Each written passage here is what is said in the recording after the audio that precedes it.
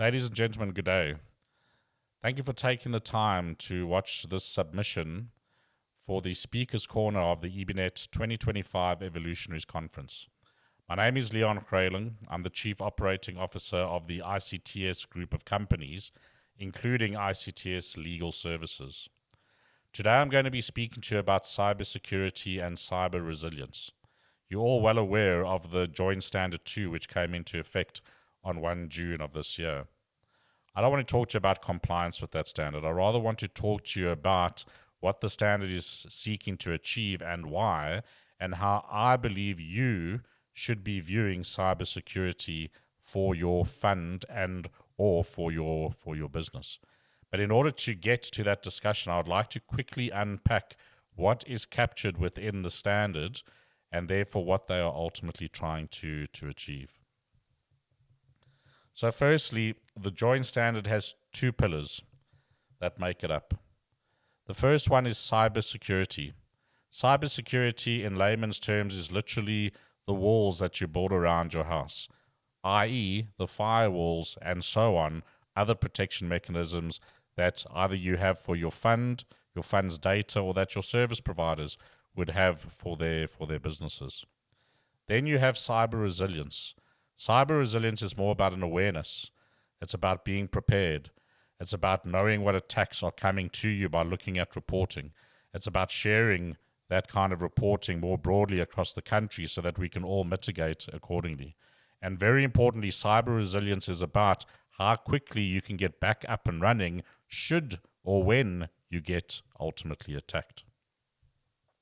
The standard covers both of these, and it has minimum requirements in terms of what we should be looking to do as an industry to create protection through those two pillars.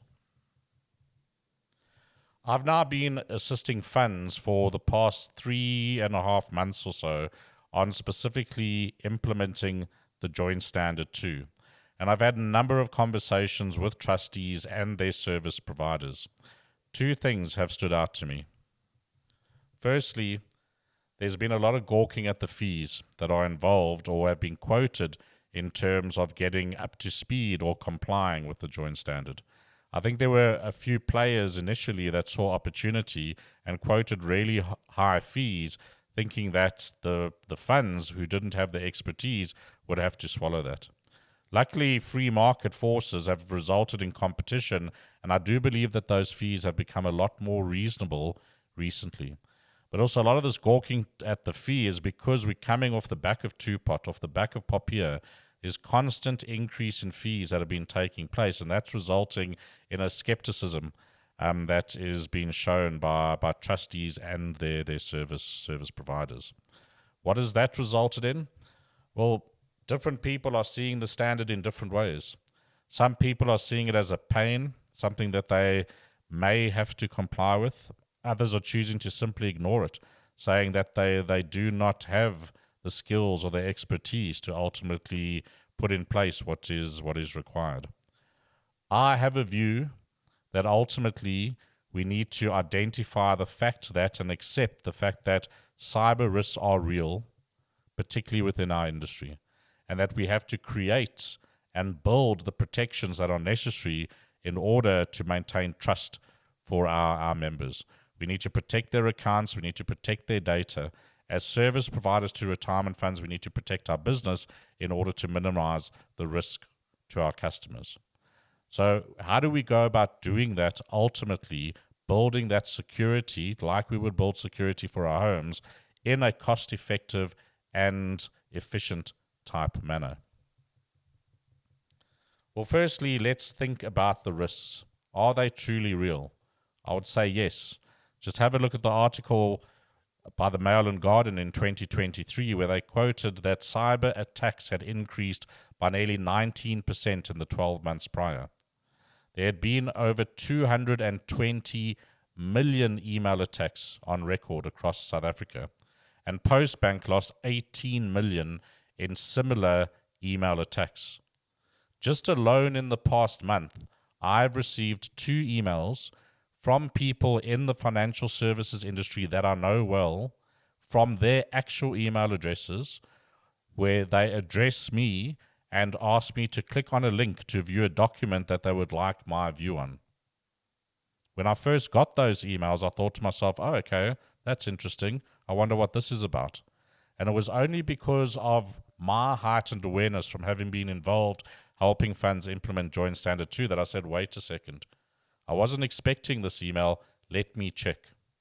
I've also received other emails prior to that where it's asking me to click on a link in order to apply to be part of an RFP process to win new business. Tempting, but why would you go about doing it that way? Again, my awareness has made me more cautious. I'm not certain everyone is out there. The point is there's been lots of these types of attacks or attempted attacks taking place across our industry. And if you have a look just over the last 2 years, and this is just a very short list that I've got up here, the number of cyber attacks that have taken place 2024, 2025, serious cyber attacks, and most recently the one on the super funds in Australia in April 2025, which shows that these hackers are targeting retirement funds, just like they targeted the GEPF in 2024 and brought down their systems, where in Australia the coordinated attack on multiple funds resulted in them accessing members' records and ultimately, despite protections that these funds had in place, managing to get money out of member accounts. That was limited, but they were still successful in that regard. So if our members are going to have comfort and faith in their retirement savings being entrusted with us as service providers or trustees with oversight, we need to make sure the protections are there. I keep using the analogy of a house. You wouldn't build a house and then not put in place any protections and be comfortable to have your family live there. We need to ensure that we protect the assets of our members, that we ultimately protect the funds. And as service providers, we need to take the effort to ensure that we have mitigated the risk of our customers as far as we possibly can. This risk has become even heightened as a result of two-pot. The number of transactions that take place on our retirement funds is significantly more than what it used to be. And the hackers are aware of that. So ultimately, it's become a fruitful area for them to ultimately focus on. So what is the intent of the Joint Standard? Well, first of all, it provides us with a set of standards.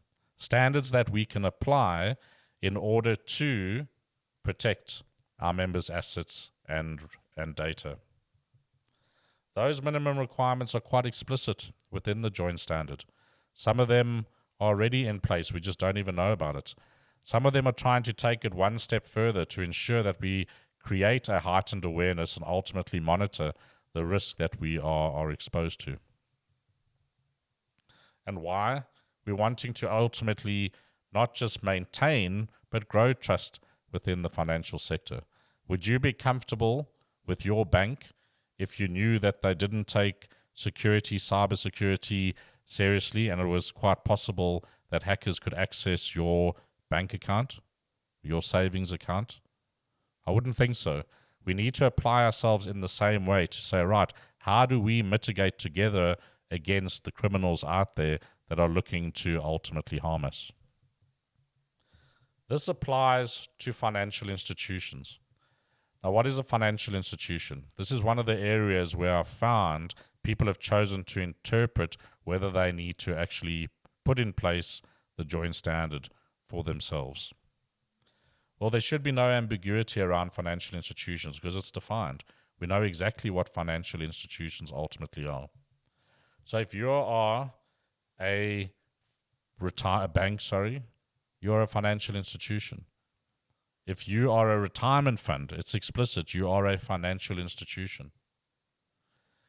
And as a retirement fund, your asset managers are financial institutions. Your employee benefit consultant is a financial institution. And very importantly, one of the areas where your risk is higher is your Section 13B administrator is a financial institution.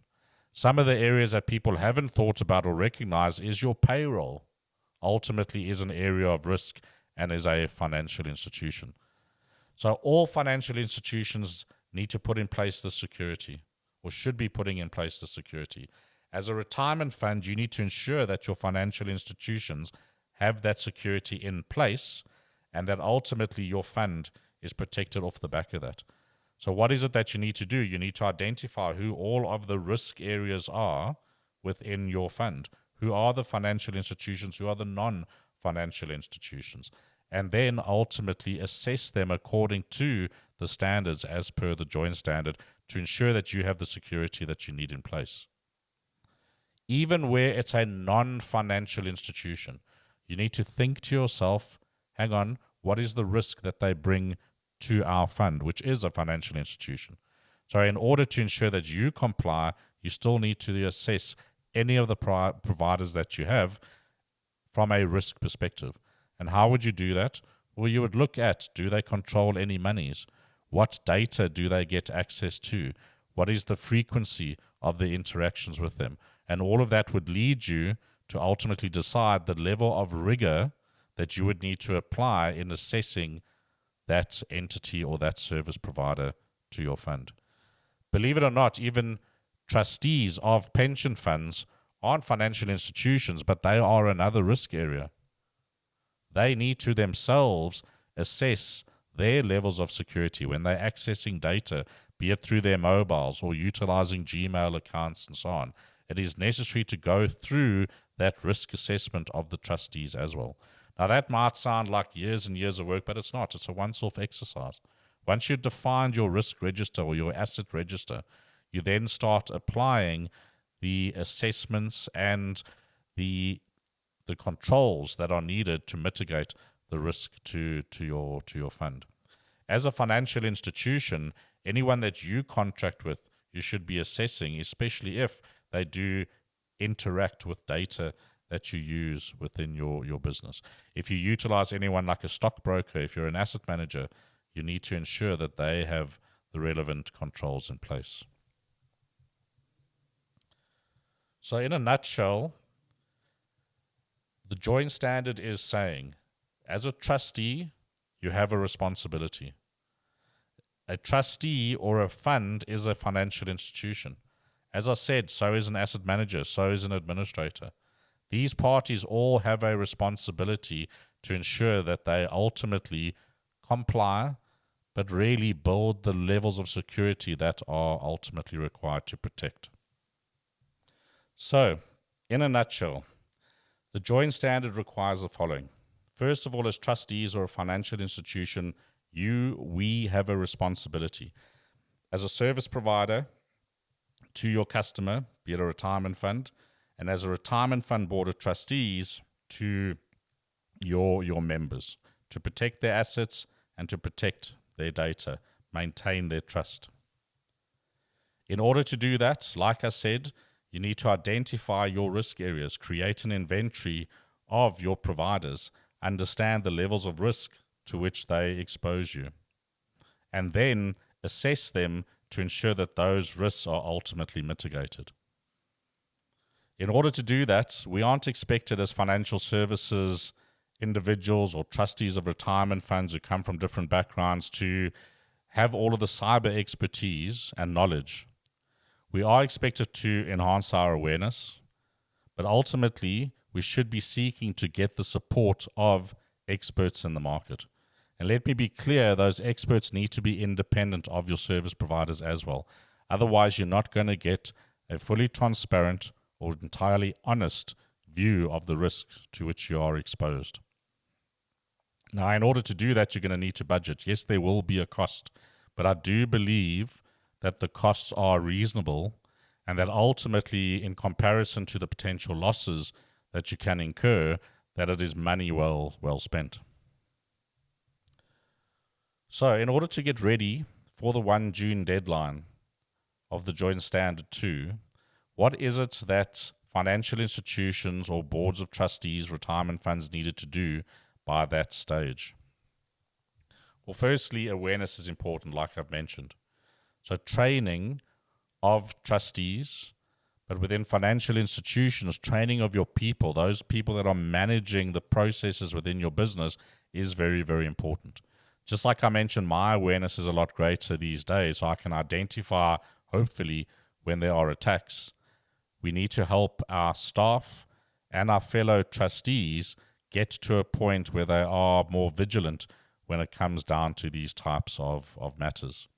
Now, training initially, and there's lots of different training available in the market, was quite costly because people were having to get together in a room or over Teams, wherever it might be. But if you look around now, you can actually get online training at a way more effective cost, where you can facilitate that training in your own time as you get the opportunity to do so. And importantly, this should be refreshed because cyber attacks will evolve over time. So the joint standard requires that there's an annual refresher training that is ultimately done. Within our business, we've put all of our staff through the training, and you will see more recently within businesses, when you receive an email or send an email and they respond to you, you'll see sometimes within those businesses that the top of the email will say, this email came from someone external to your own network, so please be careful. Little things like that have now come about to start helping us be more aware. In terms of the platform that was required for Joint Standard 2, the first thing was we needed to define a cybersecurity policy or plan, whichever you wish to call it. That cybersecurity policy needs to include the ultimate direction in which you're going to go and how you're going to go about ultimately building strength from a cybersecurity and cyber resilience perspective. There's a number of different elements within the policy that are defined that need to be there and then need to be applied within your business or across your fund. That policy then needs to be cross-referenced to other policies that you might have. For instance, POPIA is an obvious one, to ensure that you have taken care of all relevant changes that are impacted by the joint standard or by cybersecurity type risks.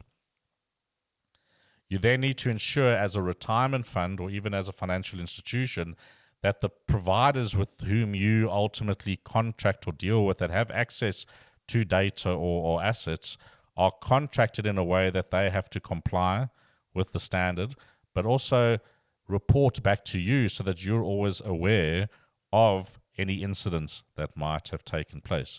So in order to do that, contractually, you need to ultimately amend the service level agreements you have in place. How have we done that? Well, we simply rolled that out as a standard SLA addendum for all of our customers. And then you need to agree how you're going to ultimately assess your providers. What we did is we took financial institutions, which give the greatest risk, non-financial institutions where the risk is lower, and then trustees themselves who have access to data, working in personal environments and so on, and we created different questionnaires, which we then rolled out across those providers in order to receive responses that we could then ultimately assess. And this is the point where most pension funds are right now.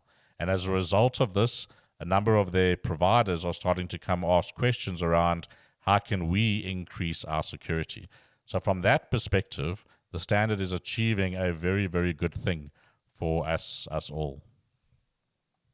But now we move into the now what type phase. If you have received back responses from service providers, or you yourself as a financial institution or a non-financial institution have responded to a questionnaire, what do we do? What do we do with that information? Are we able to assess it and determine a plan of how we can go about improving that? Well, I would say I'm not certain as a board of trustees or their advisors they're able to do that, or even as a financial institution in the financial services sector that we're able to identify exactly what we need to do, because we don't have the relevant cyber expertise. So the joint standard requires that we put in place independence in order to assess. And that's very, very important in order to keep the right levels of transparency. Think about it this way. If you have an administrator being assessed on the joint standard by a competitor administrator, well, clearly there's going to be a discomfort in terms of sharing information. That just harms you. You don't get a fully honest response. You also don't want any one of your service providers ultimately assessing themselves or setting the questions that are posed to themselves. You want to ensure that you have somebody who is independent of all of those bodies. What we did is we went and contracted with cybersecurity experts, guys that focus purely in the world of cybersecurity and have no linkages whatsoever with our financial services industry. Ultimately, that party needs to assess your providers and then provide you as a pension fund or retirement fund and the financial institutions or third-party providers with a risk management plan, i.e. where are your risks, where's the greatest areas of concern, what is the plan that you now need to follow in order to mitigate those risks going forward. Included within that should be assessment of factors like the levels of cyber insurance that you have. What are the exclusions? What's the right levels for you to put in place and so on. And then ultimately that's an ongoing process. It's not a once-off exercise. It needs to be done, understood, probably a lot more time-intensive initially, but then it needs to become part of the ongoing functioning of a pension fund or a business. From a fund perspective, I encourage funds to look at it like we did investment consulting back in the 1990s. In those days, the employee benefit consultant or the actuary would give investment advice to the boards of trustees. But the asset management community was growing and changing. There was a whole lot of new ideas, new mandates, new benchmarks, and so on coming to the fore. There was relaxation of exchange control. So now all of a sudden the amount of work involved, the expertise, the dedication had ultimately increased. And that gave birth to investment consultants in South Africa. Nowadays, having an investment consultant appointed to a fund is obvious. It's second nature. I would encourage funds to start seeing, not to the same level of dedication or rigor of investment consultant, but to start seeing the fact that they need a cyber expert to help them protect their funds, someone that they can call on if something goes wrong, someone to do the follow-ups and assessments that are ultimately required, someone to monitor their risk management plan and so on, and then to monitor that on an ongoing basis. There's a lot of data involved in this. There's a lot of responses. Obviously, it depends on the number of providers you interact with. But ultimately, in order to make this efficient and not a hassle for the fund or the fund service providers, we need to look to automate this process. Rather than having hundreds of funds sending each questionnaires to the similar providers, why don't we seek to, as much as possible, standardize those questionnaires? So ultimately, the provider only has to respond once or twice rather than 100 times over. We also need to collect that data in a way that we can assess, score, make it objective, compare it to relevant industry standards that are out there to help us benchmark essentially those responses or the assessment, and ultimately produce the reporting that is required for the executives that are responsible, the trustees or the executives of the companies, to assess where they are, to understand where their risks are, and to ultimately manage or monitor the management of their risk management plan. We also need to take into account not all financial institutions are equal in terms of affordability, their size. Some are entrepreneurial businesses which we don't want to overburden with too many costs for their business. So in applying the proportionality principle of the joint standard, we do need to give consideration to that and identify the level of risk. But first and foremost, we need to ensure the risk is mitigated. So it's not a case of the same applies to all. There's some discretion that we need to apply and work together on in order to keep the ecosystem ultimately healthy and create greater protection. And as I mentioned earlier, you then need to update yourself on an annual basis. Cyber risks will change. Legislation will change. There's shortly to come another joint standard with regards to offshore cloud usage. We're going to need to take that into account as we move forward. So as this landscape continues to develop, that's why I believe you need your cyber expert to advise your fund on these kinds of matters. They don't need to attend every board meeting. They are there to be called on as and when is needed, but they do need to take responsibility for the management day to day of the risk management plan for the customers. Now, if this is all automated nicely, then the costs again can be quite reasonable in that respect. So, in looking for that service provider, what are the attributes that are key? I've mentioned independence. You've got to create an environment where you get honest answers that can be verified without any fear on the part of the provider, that you can work together and ultimately to create the security and not be encumbered by other aspects like competition and so on. So the independence of the provider is extremely important. Secondly, the technical expertise are incredibly important. I do not believe that there's anybody in the financial services sector specifically that's able to cover all of the technical aspects related to cybersecurity. So we do need to collaborate to bring that into the picture in order to advise customers accordingly. But there's a challenge with that. That challenge is those cyber skills, those cyber technical expertise tend to talk a different language, and therefore barriers are created around understanding. So it's important that we, as I said, collaborate with those expertise, but with people that know retirement funds and can help interpret that discussion. And part of all of that, making it efficient, keeping the costs down, ensuring that we can have the right levels of transparency and communication, is to automate the process.